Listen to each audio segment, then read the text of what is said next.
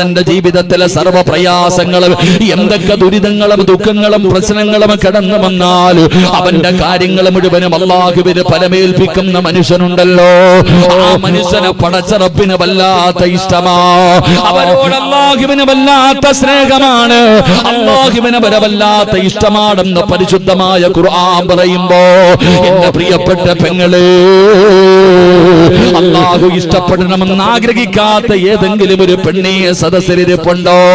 എങ്ങനെയാണ് പടച്ചറപ്പിന്റെ സ്നേഹം കിട്ടുന്നത്? എങ്ങനെയാണ് പടച്ചറപ്പ് ഇഷ്ടപ്പെടുന്നത്?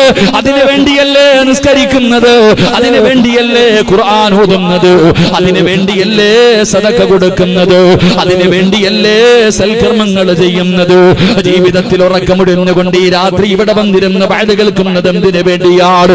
അല്ലാഹുവേ, നിന്റെ ഖുർആൻ പഠിച്ച മക്കളുടെ മജ്ലിസാണല്ലോ, നിന്റെ ഖുർആൻ പഠിച്ച മക്കൾ ആദരിച്ച മജ്ലിസാണല്ലോ, ഇവിടെ വന്നിരുന്ന പടച്ചവനെ നിന്റെ സ്നേഹം ഞങ്ങൾക്ക് കിട്ടുമല്ലോ.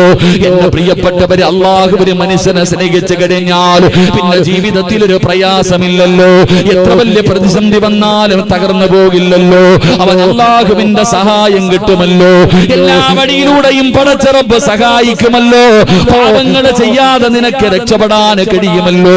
ഒരാൾ അല്ലാഹു ഇഷ്ടപ്പെട്ട് കഴിഞ്ഞാൽ അവന്റെ കൈ അല്ലാഹു ആകുമല്ലോ, അവന്റെ കണ്ണല്ലാഹു ആകുമല്ലോ, അവന്റെ ചെവി അല്ലാഹു ആകുമല്ലോ, അവന്റെ കാലല്ലാഹു ആകുമല്ലോ, അവൻ അല്ലാഹുവിലേക്ക് നടന്നാൽ പടച്ചവൻ അവനിലേക്ക് ഓടി വരുമല്ലോ. എന്റെ പ്രിയപ്പെട്ടവരെ, ഒരു മനുഷ്യനെ അല്ലാഹു ഇഷ്ടപ്പെട്ട് കഴിഞ്ഞാൽ അവന്റെ ദുനിയാവും ആഖിറവും രക്ഷപ്പെടുകയാ. അതുകൊണ്ട് തവക്കൽതു അലല്ലാഹ് എന്ന് പറയുന്ന ഒരു നല്ല ഗുണം നിനക്കുണ്ടോ?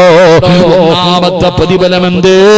നിന്നെ അല്ലാഹു ഇഷ്ടപ്പെടുന്നുണ്ടെന്ന് അല്ലാഹുവിന്റെ വിശുദ്ധ ഖുർആൻ, പരിശുദ്ധമായ ഖുർആൻ പറയുന്ന ഒന്ന്, നിന്നെ അല്ലാഹു ഇഷ്ടപ്പെടുന്നുണ്ട്. അല്ലാഹു ഇഷ്ടപ്പെട്ടവർക്ക് മാത്രമേ ഇത് പറയാൻ കഴിയൂ. അല്ലാഹു നമുക്ക് ഈമാൻ നൽകുമാറാകട്ടെ, അല്ലാഹ് ഈമാൻ നൽകുമാറാകട്ടെ. ഇന്ന് ഈ വഅദിന് വരുന്നതിന് മുമ്പ് ഒരു വട്ടമെങ്കിലും തവക്കൽതു അലല്ലാഹ് എന്ന് പറഞ്ഞ ആരെങ്കിലും ഉണ്ടെങ്കിൽ ഒന്ന് കൈവക്കുക. ഇന്ന് വഅദിന് വരുന്നതിന് മുമ്പ് താത്താമാര്, ഞാൻ പറഞ്ഞില്ലേ അല്ലാഹ് ഇഷ്ടപ്പെട്ടവർക്ക് മാത്രമേ ഇത് പറയാൻ പറ്റൂ. അല്ലാതെ താടിയും തഴമ്പും മാത്രമല്ല, അല്ലാഹു ഇഷ്ടപ്പെട്ട ഒരു വ്യക്തിക്ക് മാത്രമേ എന്ത് കാര്യം വരുമ്പോഴും തവക്കൽതു അലല്ലാഹ് എന്ന് പറയാൻ പറ്റൂ. അല്ലാഹു നമുക്ക് ഈമാൻ നൽകുമാറാകട്ടെ. ഉറക്കെ പറ, അല്ലാഹു ഈമാൻ നൽകുമാറാകട്ടെ. അല്ലാഹു നമുക്ക് ഈമാൻ നൽകുമാറാകട്ടെ. അതുകൊണ്ടാണ് ഞാൻ പറഞ്ഞത്, ഇത് നിസ്സാരമല്ല, അത് വെറുതെ പറഞ്ഞ് കളയേണ്ട ഒരു വാചകമല്ല. ജീവിതത്തിലേക്ക് എത്ര വലിയ പ്രതിസന്ധിയും ഏത് പ്രയാസം വന്നാലും എന്റെ പ്രിയപ്പെട്ടവരെ, ആ ഒരു നല്ല ഗുണം നമ്മുടെ നാവിലേക്ക് നമ്മൾ കൊണ്ടുവരണം. മറ്റുള്ളവരോട് നമ്മൾ പറയും, അതല്ല അല്ലാഹുവിനോട് പറ. അല്ലാഹുവിനോട് നമ്മുടെ കാര്യങ്ങൾ, അതാ പറഞ്ഞത്, ഒരിക്കലും മരണമില്ലാത്ത അല്ലാഹ്, ഒരിക്കലും മരിക്കാത്തവനോടാണ് നിങ്ങൾ പരമേൽപ്പിക്കേണ്ടത് എന്ന് പരിശുദ്ധമായ ഖുർആൻ പറയുമ്പോ എന്റെ പ്രിയപ്പെട്ട സഹോദരങ്ങളെ, ആ ഒരു നല്ല ഗുണം നമ്മുടെ ജീവിതത്തിലേക്ക് നമുക്ക് കൊണ്ടുവരാൻ കഴിയണം. അപ്പൊ ആർക്കെങ്കിലും തവക്കൽതു അലല്ലാഹ് എന്ന് പറയുന്ന ഗുണമുണ്ടെങ്കിൽ നിന്റെ ഹൃദയത്തിന്റെ അകത്ത് അല്ലാഹുണ്ട്. അല്ലാഹു നിലനിർത്തി തരുമാറാകട്ടെ, അല്ലാഹു നിലനിർത്തി തരുമാറാകട്ടെ. നിന്റെ ഹൃദയത്തിന്റെ അകത്ത് അല്ലാഹുവിന്റെ അർശുണ്ട്. മരിക്കുന്ന കാലം വരെ അല്ലാഹു നിലനിർത്തി തരുമാറാകട്ടെ. രണ്ട്, ഞാൻ വിശദീകരിക്കുന്നില്ല. അല്ലാഹുവിന്റെ പരിശുദ്ധമായ ഖുർആൻ എവിടെന്ന് പറയുകയാണ്. രണ്ടാമത്തെ പ്രതിഫലം എന്തെന്നറിയുമോ? വമൻ യതവക്കൽ അലല്ലാഹി ഫഹുവ ഹസ്ബു ഇന്നല്ലാഹ ബാലിഗു അംരിഹി ഖദ് ജഅലല്ലാഹു ലികുല്ലി ശൈഇൻ ഖദറാ. അല്ലാഹുവിന്റെ പരിശുദ്ധമായ ഖുർആൻ എവിടെന്ന് പറയുകയാണ്, തവക്കൽതു അലല്ലാഹ് എന്ന് പറയുന്ന ഒരു മനുഷ്യൻ അല്ലാഹു കൊടുക്കുന്ന രണ്ടാമത്തെ പ്രതിഫലം എന്തെന്നറിയുമോ? അവൻ അല്ലാഹു മതിയാവുകയാണ്. അവൻ അല്ലാഹ് മതി, ഒരു പേടിയുമില്ല. ഈ പ്രപഞ്ചത്തിൽ ഒരു മഖ്ലൂക്കിനെയും അവന് ഭയമില്ല. പടച്ചവനെ, അല്ലാഹുവിന്റെ കൂടെയുണ്ടല്ലോ. അവൻ അല്ലാഹു മതിയാവുകയാണ്.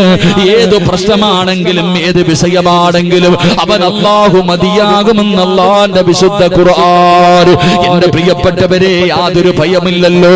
നമുക്കെല്ലാവർക്കും അറിയാം, മഹാനായ ഖലീലുല്ലാഹി ഇബ്രാഹിം നബി അലൈഹിസ്സലാം, അല്ലാഹുവിന്റെ പ്രവാചകനായ ഇബ്രാഹിം നബി അലൈഹിസ്സലാമിന് നമ്രൂദിന്റെ അനുയായികൾ കൊണ്ടുവരാ പിടിച്ചുകൊണ്ട് വരികയാണ്.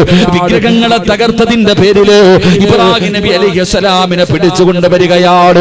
അവസാനം അവിടെ നിന്ന് പറഞ്ഞ് എല്ലാവർക്കും മാതൃകയാകുന്ന രീതിയിലുള്ള ഒരു ശിക്ഷ വേണം ഇബ്രാഹിമിന് കൊടുക്കാൻ. ഇനി ഒരാൾ പോലും ഇങ്ങനെ നമ്മുടെ ദൈവങ്ങളോട് ചെയ്യാൻ പാടില്ല. പടച്ചവനെ അങ്ങനെ ഭയാനകമായ ഒരു കുടി കുടിക്കുകയാണ്. ഒരു വലിയ കുടി കുടിച്ചു, ഒരു വലിയ തീക്കുണ്ടാരം ഉണ്ടാക്കുകയാണ്.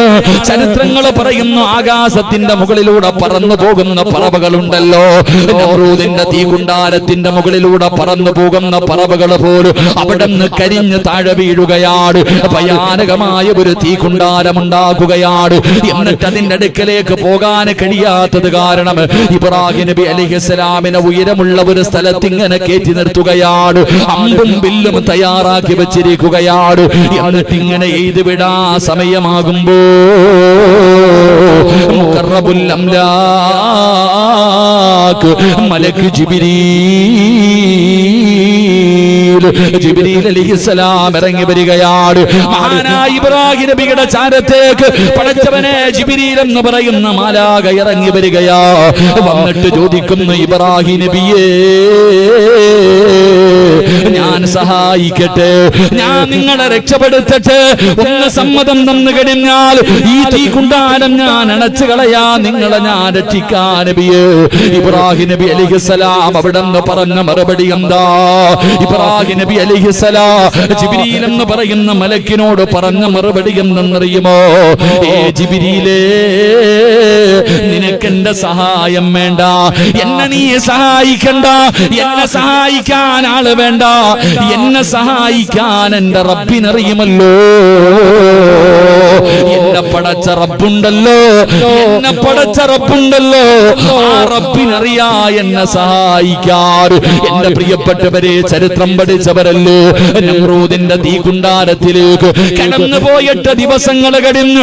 തന്റെ ശരീരത്തിലെ ഒരു രോമം പോലും കരിയാതെ ഇബ്രാഹിം നബി അലൈഹിസ്സലാം കുല്യാനാറുകൂനി ബർദം വസലാമൻ അലാ ഇബ്രാഹിം